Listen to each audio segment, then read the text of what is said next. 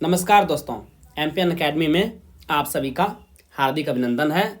प्रस्तुत है Bihar economic survey 2022-23। दोस्तों, इस वीडियो में हम लोग बिहार आर्थिक सर्वेक्षण 2022-23 से संबंधित 30 महत्वपूर्ण मल्टीपल चॉइस क्वेश्चंस को हिंदी और अंग्रेजी दोनों भाषाओं में व्याख्या के साथ हल करेंगे। दोस्तों, यदि आपने एमपीएन एकेडमी का टेलीग्राम पेज ज्वाइन नहीं किया है तो अभी तुरंत जाके ज्वाइन कीजिए। टेलीग्राम में सर्च कीजिए एमपीएन एकेडमी लिख करके, इस प्रकार से लोगो दिख जाएगा, वहां पर ज्वाइन कर लीजिए। क्या क्या मिलेगा आपको यहाँ पर? इंपॉर्टेंट अपडेट और न्यूज मिलेगी बीपीएससी एग्जाम से संबंधित। फ्री प्लानिंग और स्ट्रेटेजी की पीडीएफ आपको इसी टेलीग्राम पेज पर प्रोवाइड की जाती है। टॉपर्स के रिजल्ट जारी किए जाते हैं एमपीएन एकेडमी ऐप पर, जो टेस्ट सीरीज आयोजित की जाती है करंट अफेयर्स और स्टैटिक पोर्शन के। और इसके अलावा एमपीएन एकेडमी यूट्यूब चैनल के वीडियो अपडेट्स आपको मिलेंगे, तो इस पेज को अवश्य ज्वाइन कीजिए।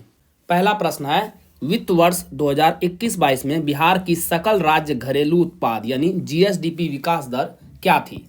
What was the gross state domestic product GSDP growth rate of Bihar in the financial year 21-22? The right answer is option number C, 10.98%। रफली आप इसे 11% भी बोल सकते हैं। बिहार अर्थव्यवस्था ने 2020-21 में -3.2% की वृद्धि की तुलना में 2021-22 में एक मजबूत सुधार दर्ज किया। वित्त वर्ष 2021-22 में राष्ट्रीय विकास दर कितनी थी? 8.68%, यानी 8.7% के लगभग।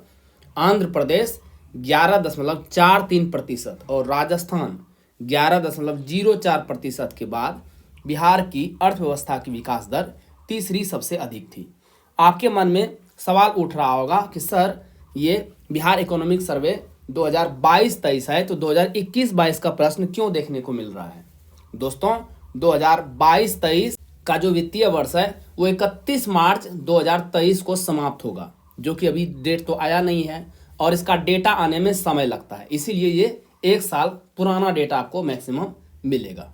और आने वाले एक वर्ष में जितने भी एग्जाम होंगे तो प्रश्न आपको 2021-22 के ही डेटा से मिलेगा। 2011-12 के स्थिर मूल्य पर 2021-22 में बिहार का सकल राज्य घरेलू उत्पाद यानी जीएसडीपी क्या था? What was the gross state domestic product GSDP of Bihar in 21-22 at constant prices? The right answer is option number B, 4,28,065 crore रुपये। वित्त वर्ष 2021-22 में बिहार की जीएसडीपी मौजूदा कीमतों पर यानी करंट प्राइसेस पर कितनी थी? 6,75,448 करोड़ रुपये। बिहार का शुद्ध राज्य घरेलू उत्पाद यानी एनएसडीपी 2021-22 में 2011-12 के स्थिर मूल्य पर कितनी थी? 3,82,274 और मौजूदा कीमतों पर यानी करंट प्राइसेस पर कितनी थी? 6,14,431 करोड़। दोस्तों, यहाँ पे करोड़ होगा, ध्यान रखिएगा, इसे पीडीएफ में अपडेट कर दिया जाएगा। वित्त वर्ष 2021-22 में बिहार की प्रति व्यक्ति जीएसडीपी कितनी रही? What was the per capita GSDP of Bihar in financial year 21-22? दोस्तों, इसमें आपको कांस्टेंट प्राइसेस नहीं लिखा हुआ है, तो इसे आप करंट प्राइसेस पर मानिए। तो पूरे भारत में जो यह आंकड़ा था वह था 1.5 लाख प्रति व्यक्ति, जबकि बिहार में कितना था? Option number C, 54,383। वित्त वर्ष 2021-22 में बिहार की प्रति व्यक्ति जीएसडीपी मौजूदा कीमतों यानी करंट प्राइसेस पर 54,383 थी, जबकि 2011-12 के अस्थिर मूल्य पर यह कितनी थी? 34,465। और ये जो डेटा दिया गया है वो नेट स्टेट डोमेस्टिक प्रोडक्ट यानी एनएसडीपी का है, जिसमें बिहार का कितना था? 30,779 और ओवरऑल इंडिया का कितना? 91,481। तो परसेंटेज निकालेंगे बिहार डिवाइडेड बाय इंडिया तो वो आएगा 33.7। बिहार के निम्न में से किस जिले की प्रति व्यक्ति जीएसडीपी बिहार में सबसे कम थी? विच of the following districts of Bihar had the lowest per capita GSDP in Bihar? The right answer is option number D, Sheohar. बिल्कुल सिमिलर प्रश्न आपको 68वीं बीपीएससी प्रीलिम्स एग्जाम में देखने को मिला था। 2020-21 में प्रति व्यक्ति जीएसडीपी के लिए 38 जिलों की रैंकिंग के संबंध में 3 सबसे समृद्ध जिले कौन कौन से हैं? एक है पटना, दूसरा है बेगूसराय और तीसरा है मुंगेर। जबकि 3 सबसे कम विकसित जिले हैं शिवहर, दूसरे नंबर पर अररिया और तीसरे नंबर पर सीतामढ़ी। जिन स्टूडेंट्स को 69वीं बीपीएससी प्रीलिम्स एग्जाम के लिए करंट अफेयर्स का पीडीएफ चाहिए, उसके बारे में जानकारी यहाँ पर दी जा रही है। लेकिन आइए सबसे पहले यह जानते हैं कि एमपीएन एकेडमी का पीडीएफ ही क्यों? क्योंकि दोस्तों हमने करके दिखाया है। आइए पिछले 4 साल और 5 एग्जाम्स की परफॉर्मेंस आपको दिखाते हैं। 66वीं बीपीएससी प्रीलिम्स का एग्जाम 2020 में हुआ था। कुल प्रश्न एमपीएन एकेडमी पीडीएफ से टैली हुआ है 36। बिहार एसआई प्रारंभिक परीक्षा 2021, क्योंकि 2021 में बीपीएससी का कोई एग्जाम हुआ ही नहीं कोविड के कारण से, तो जो सेकेंड बेस्ट एग्जाम हुआ है वो हमने लिया है। उसमें शिफ्ट 1 और शिफ्ट 2 दोनों मिला करके 31 प्रश्न टैली हुए हैं। 67वीं बीपीएससी प्रारंभिक परीक्षा 2022 में एक बार तो कैंसिल हो गया था और फिर उसके बाद री एग्जाम हुआ, दोनों मिला करके 59 प्रश्न टैली हुए हैं। बीपीएससी सीडीपीओ प्रारंभिक परीक्षा 2022 में ही 30 प्रश्न टैली हुआ है एमपीएन एकेडमी पीडीएफ से। और अभी हाल ही में 68वीं बीपीएससी प्रारंभिक परीक्षा 2023 में हुआ है और इस बार के प्रश्न बहुत ही हार्ड थे। यहाँ भी प्रश्न टैली हुआ है 23। तो दोस्तों आपने देखा 4 साल 5 exams, consistency at its best. MPN academy दोस्तों कंसिस्टेंसी के लिए जाना जाता है। कुल मिला करके MPN academy current affairs PDF से इन 5 एग्जाम्स में 217 प्रश्न पूछे गए थे करंट अफेयर्स से संबंधित और 179 क्वेश्चंस टैली हुआ है एमपीएन एकेडमी पीडीएफ से। तो परफॉर्मेंस क्या रहा? 82.49% and that is MPN academy for you. दोस्तों इन सभी एग्जाम्स में पूछे गए करंट अफेयर्स जो कि एमपीएन एकेडमी से टैली हुए हैं, इस सभी की वीडियो आपको इस यूट्यूब चैनल पर मिल जाएगी और हमारे एमपीएन एकेडमी के टेलीग्राम पेज पर भी वीडियो का लिंक आपको मिल जाएगा। आपको इन सभी वीडियोस को देखना चाहिए क्योंकि इससे आपको पता चलेगा कि किस प्रकार से प्रश्न बीपीएससी प्रीलिम्स एग्जाम्स में पूछे जाते हैं और एमपीएन एकेडमी का इस्तेमाल आप लोग इसे क्रैक करने में कैसे कर सकते हैं। आइए अब बात करते हैं कि 69वीं BPSC prelims exam current affairs PDF जो एमपीएन एकेडमी द्वारा जारी की जाती है क्या क्या आपको मिलेगा और किस प्रकार से आप साल भर के करंट अफेयर्स को सिस्टमेटिक तरीके से केवल 18 घंटे में रिवाइज कर सकते हैं एक बार। सबसे पहला टाइप जो कंटेंट मिलेगा वो मिलेगा वीकली करंट एमसीक्यूज नेशनल और इंटरनेशनल। साल भर में कुल 50 पीडीएफ के लगभग रहेंगे। इसमें बजट और इकोनॉमिक सर्वे भी इंक्लूड रहेगा। एक पीडीएफ को रिवाइज करने में 6 मिनट का समय लगेगा, तो 300 मिनट यानी 5 घंटे में आप साल भर के वीकली करंट एमसीक्यूज को एक बार रिवाइज कर सकते हैं। सेकेंड टाइप का कंटेंट है monthly current affairs short notes national और इंटरनेशनल का 12 महीने का 12 पीडीएफ। एक पीडीएफ को रिवाइज करने में आपको 30 मिनट का समय लगेगा, तो कुल 6 घंटे में इसे भी आप साल भर के कंटेंट को समाप्त कर सकते हैं। बिहार मंथली करंट अफेयर्स, इसकी आपको एमसीक्यूज और शॉर्ट नोट्स दोनों एक ही पीडीएफ में अवेलेबल कराई गई है। 14 पीडीएफ रहेगा, 12 महीने का 12 पीडीएफ, उसके बाद इकोनॉमिक सर्वे और बजट। एक पीडीएफ को रिवाइज करने में लगभग 30 मिनट का समय लगेगा, तो कुल 7 घंटे में इसे भी आप समाप्त कर लेंगे। इसके अलावा आपको golden current affairs app based revision test series भी प्रोवाइड किया जा रहा है। इससे आप अपना खुद का इवेल्युएशन यानी मूल्यांकन कर सकते हैं कि आपकी तैयारी कैसी चल रही है। दोस्तों करंट अफेयर्स में तो एमपीएन एकेडमी का कोई जोड़ ही नहीं है मार्केट में। MPN is champion in current affairs. इसके अलावा दोस्तों हमने diamond static GK test series launch किया हुआ है। इसमें आपको अल्ट्रा इंपॉर्टेंट 3000 एमसीक्यूज मिलेंगे विद एक्सप्लेनेशन, और जो पूरा टेस्ट सीरीज है वो 25 भाग में डिवाइडेड है, यानी 25 सेट मिलेंगे आपको और एक सेट में 120 प्रश्न रहेंगे।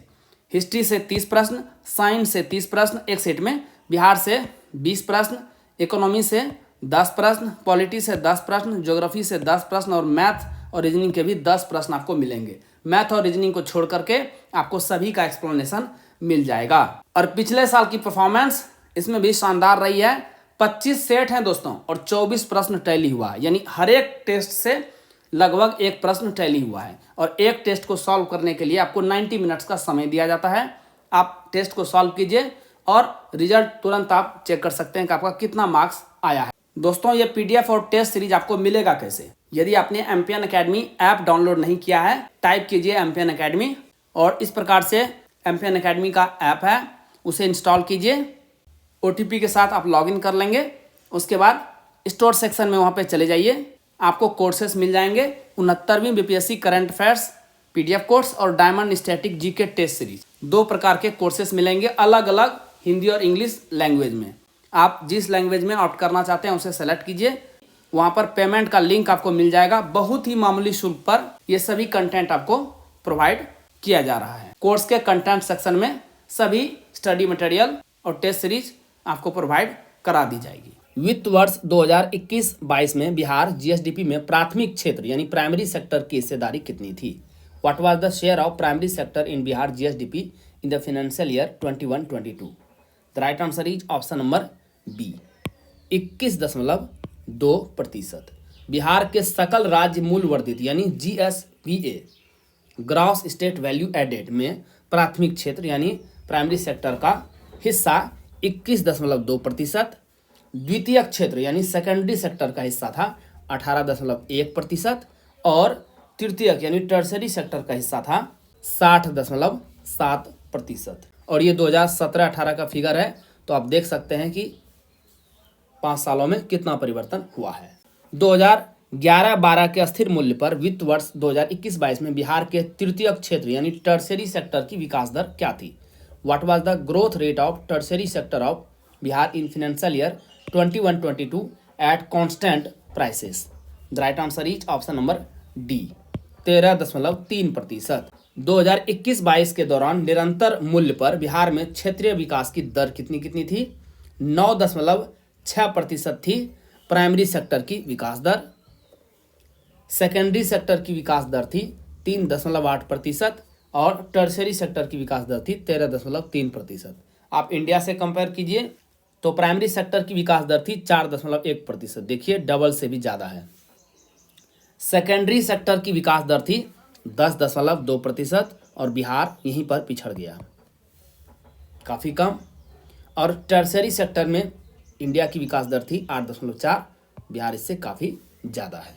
सितंबर 2021 और सितंबर 2022 के बीच बिहार में समग्र वार्षिक सीपीआई यानी उपभोक्ता मूल्य सूचकांक मुद्रास्फीति दर क्या थी? What was the overall annual CPI consumer price index inflation rate in Bihar between September 2021 and September 2022? The right answer is option number B, 9.7%। ये फिगर है, यहाँ पर देखिए 9.7%। राष्ट्रीय स्तर पर 12% की तुलना में 2021-22 के दौरान ग्रामीण विकास में मुद्रास्फीति की दर 9.3% थी। हालांकि शहरी क्षेत्रों में बिहार ने समग्र भारत 12.2% के इतना ही मुद्रास्फीति दर का अनुभव किया। आंध्र प्रदेश ने उच्चतम मुद्रास्फीति दर 14.2% दर्ज की। इसी अवधि के दौरान भारत की समग्र मुद्रास्फीति दर कितनी थी? 12.1%। रूरल और अर्बन दोनों को मिला देंगे तो। वित्त वर्ष 2021-22 में बिहार सरकार द्वारा कुल कितना व्यय किया गया? The total expenditure by the Bihar government in financial year 21-22 was? The right answer is option number ए, 1.93 लाख करोड़ रुपये। राज्य सरकार द्वारा 2021-22 में कुल व्यय 1,93,123 करोड़ रुपये किया गया, जो 2020-21 के व्यय से 27,487 करोड़ रुपये अधिक है। इनमें से 1,59,000 करोड़ रुपये राजस्व व्यय और 0.34 लाख करोड़ रुपये पूंजीगत व्यय था। वित्त वर्ष 2021-22 में बिहार का राजस्व घाटा यानी रिवेन्यू डिफिसिट कितना था? What was the revenue deficit of Bihar in the financial year 21-22? The right answer is option number ए, 422 करोड़ रुपये। और ये प्रतिशत में देखेंगे जीएसडीपी का, वो था 0.1%।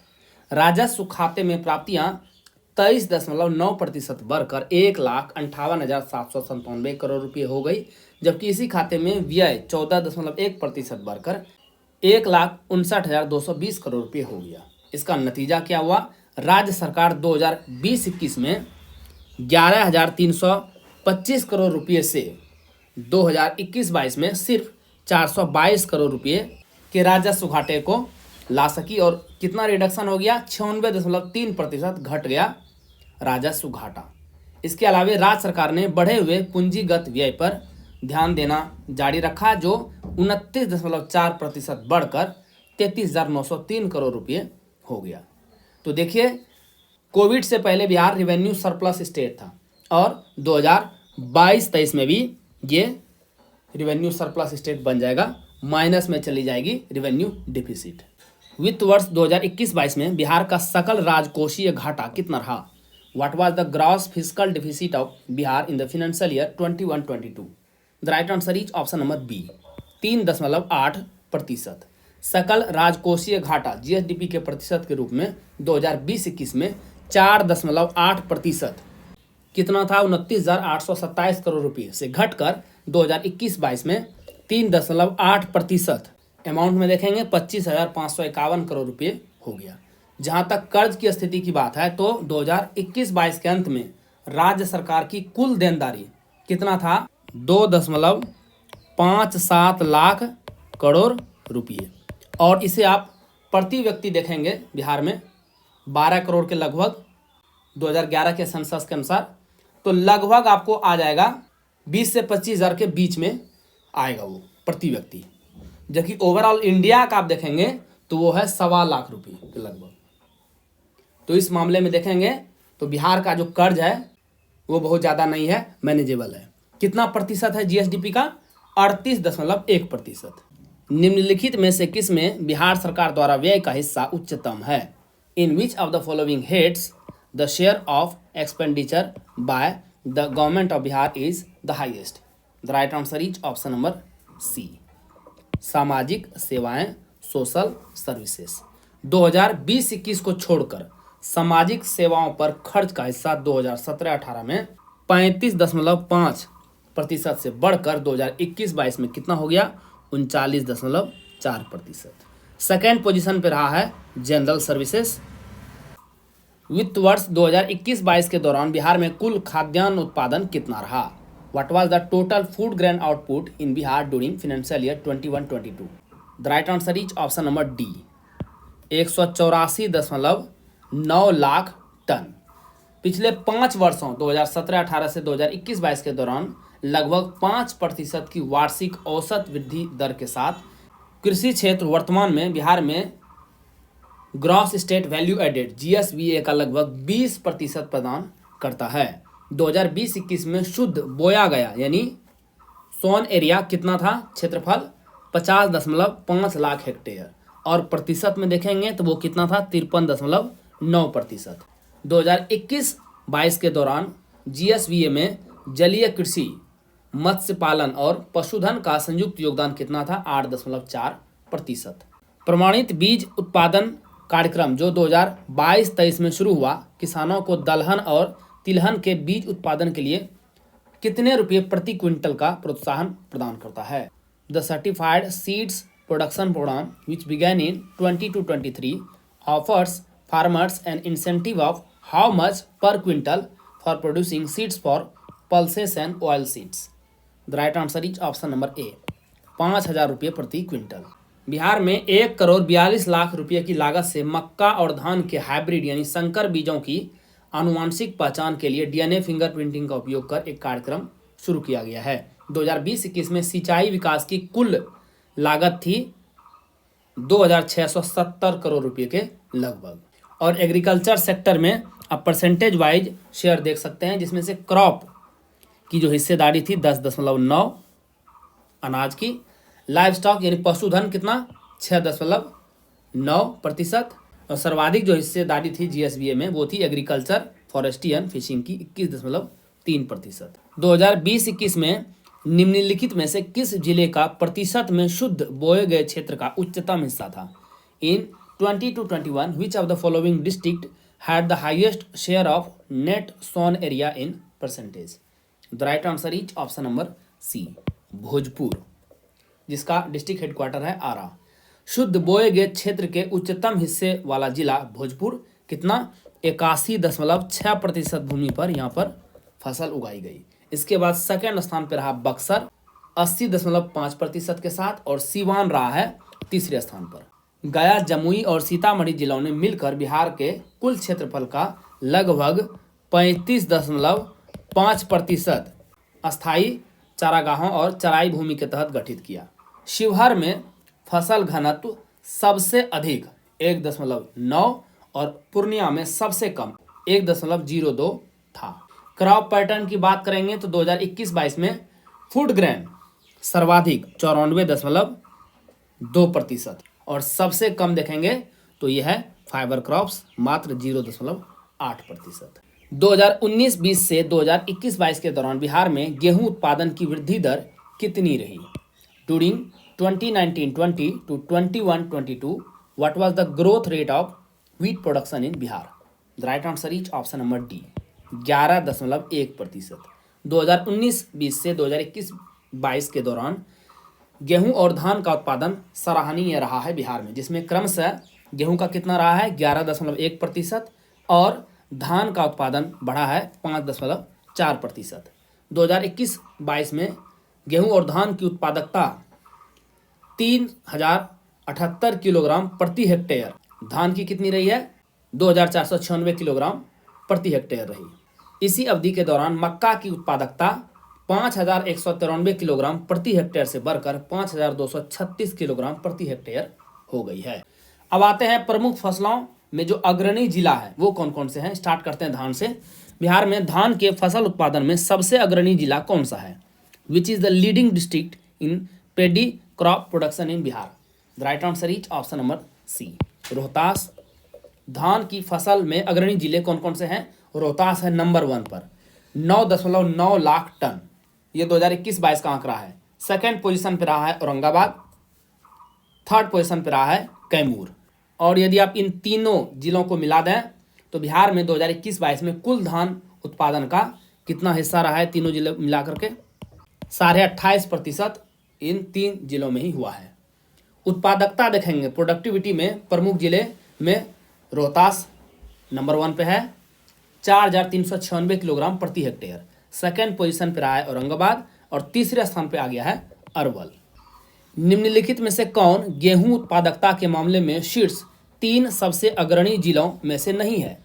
विच of the following is not among the top 3 leading districts in terms of wheat productivity? ध्यान रखिएगा, प्रोडक्शन नहीं पूछा जा रहा है, प्रोडक्टिविटी पूछा जा रहा है, उत्पादकता पूछा जा रहा है प्रति हेक्टेयर में।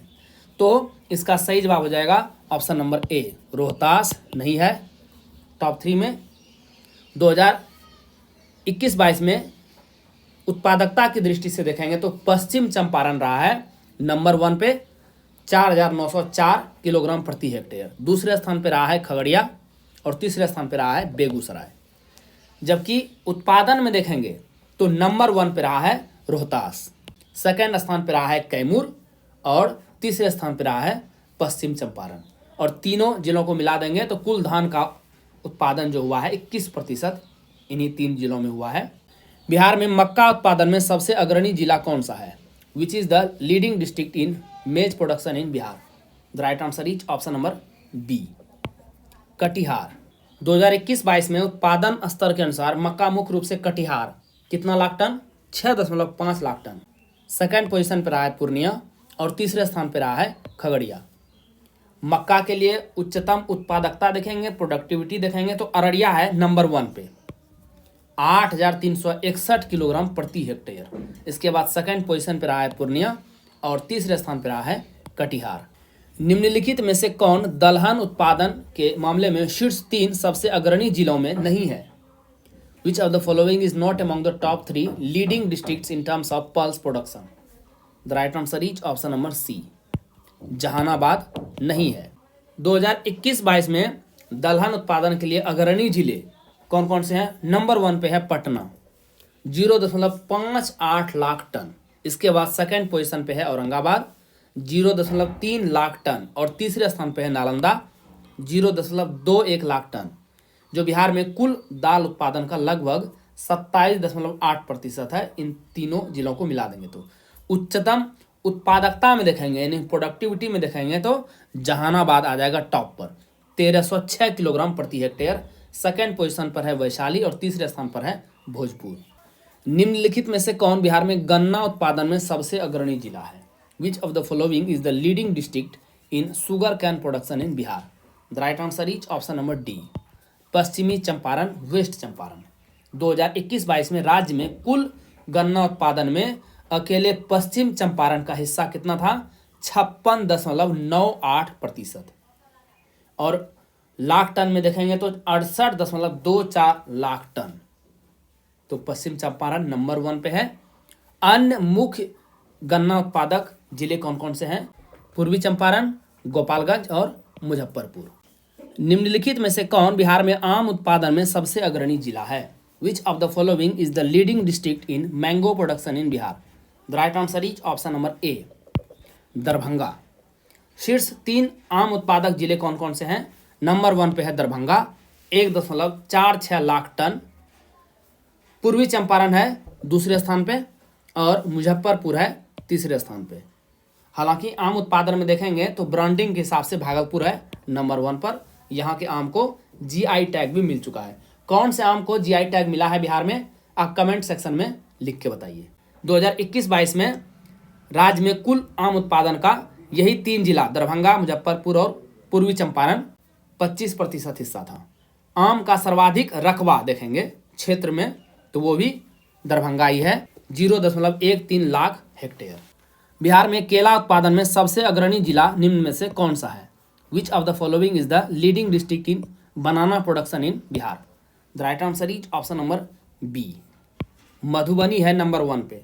शीर्ष 3 आम उत्पादक जिले हैं। नंबर 1 पे Madhubani 5.32 lakh tonne. Second position पर है वैशाली और तीसरे स्थान पर है मुजफ्फरपुर। राज्य में कुल केला उत्पादन का इन्हीं 3 जिलों में है 55.8%। अमरूद उत्पादन के क्षेत्र में देखेंगे तो नालंदा है नंबर 1 पे 1.71 लाख टन। सेकंड पोजीशन पर है मुजफ्फरपुर और तीसरे स्थान पर रोहतास। और इन तीनों जिलों को मिला करके ही कुल अमरूद उत्पादन का 2021-22 में 58.4% हिस्सा बिहार में है। निम्नलिखित में से कौन सा बिहार में लीची उत्पादन में सबसे अग्रणी जिला है? Which of the following is the leading district in litchi production in Bihar?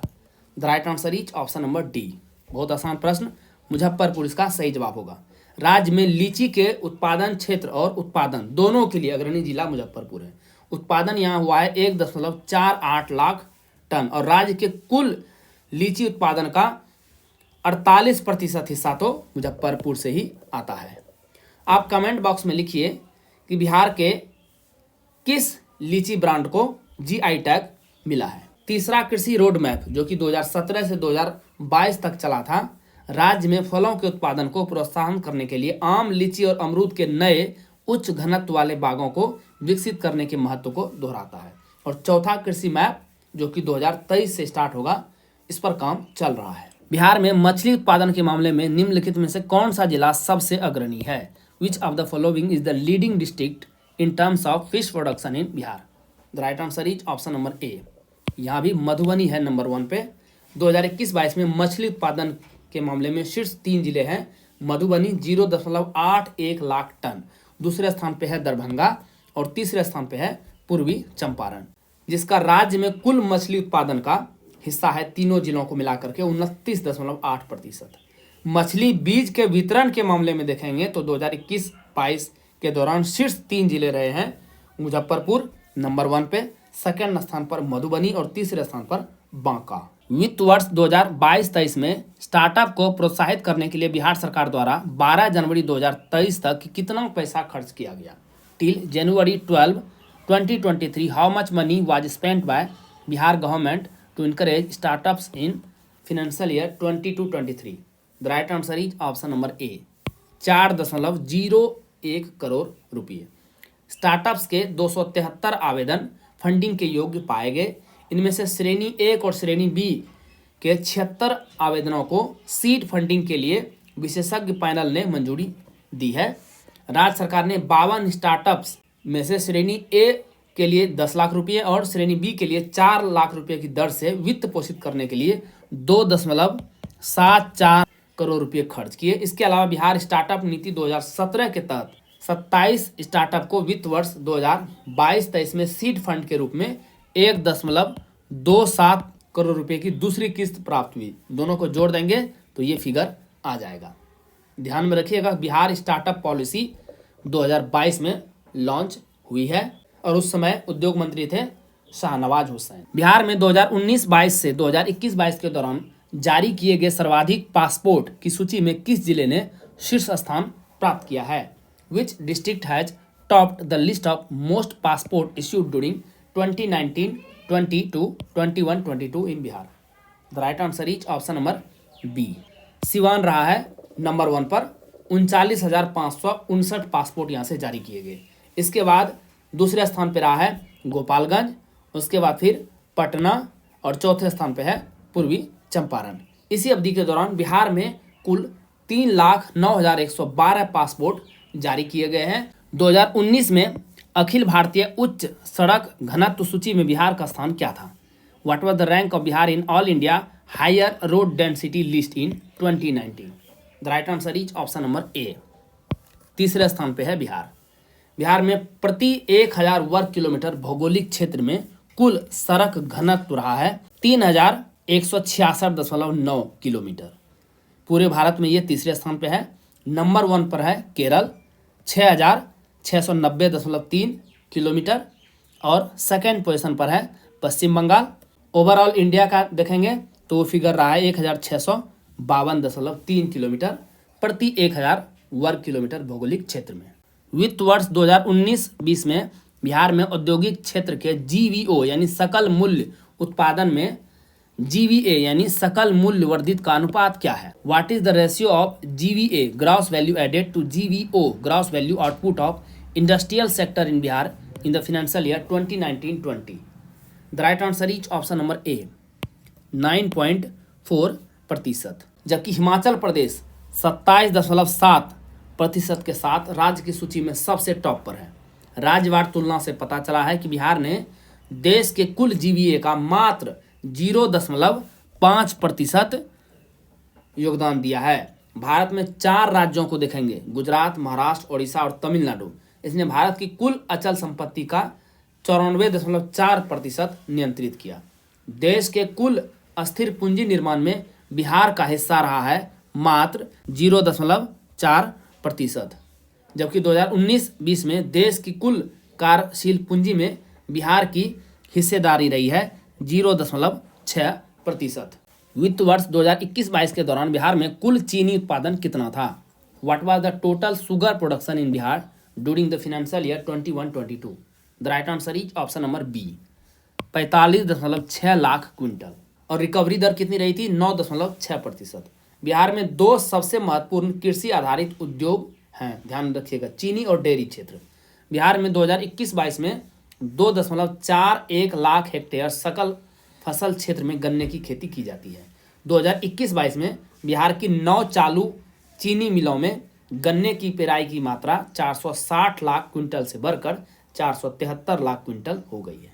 दोस्तों, जैसा कि बताया गया है, इस वीडियो लेक्चर का पीडीएफ आपको अंग्रेजी और हिंदी दोनों भाषाओं में अलग अलग एमपीएन एकेडमी ऐप पर फुल डिस्क्रिप्शन के साथ मिल जाएगी। दोस्तों, इन पीडीएफ के सहारे आप इस आधे घंटे के वीडियो लेक्चर को आसानी से 5 से 6 मिनट में रिवाइज कर पाएंगे, जिससे आपका बहुत सारा समय बचेगा, जिसे आप स्टैटिक पोर्शन पर लगा सकते हैं। This is very very important. दोस्तों, एमपीएन एकेडमी ऐप का लिंक आपको इस वीडियो के डिस्क्रिप्शन बॉक्स और पिन्ड कमेंट सेक्शन में मिल जाएगा। चलिए अंतिम प्रश्न को हल करते हैं। बिहार में वर्तमान में कितने दुग्ध उत्पादक संघ कार्य कर रहे हैं? How many milk producing unions are functional in Bihar at present? The right answer is option number C 9।